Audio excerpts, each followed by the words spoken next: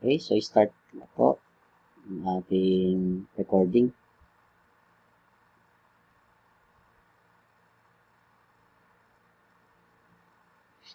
Good morning.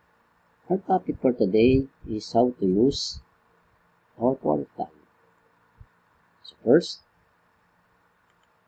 click your browser. Next, type in tnhsportal.adwebpages.com.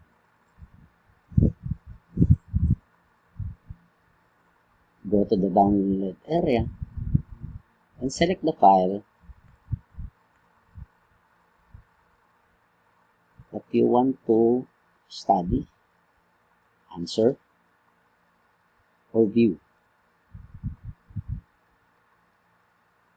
Example is access our portal.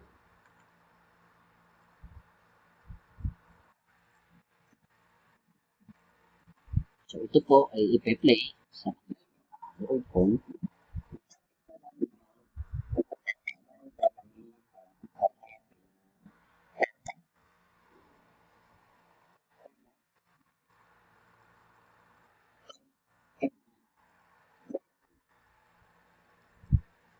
So ayan po, pag natapos na po, pwede na natin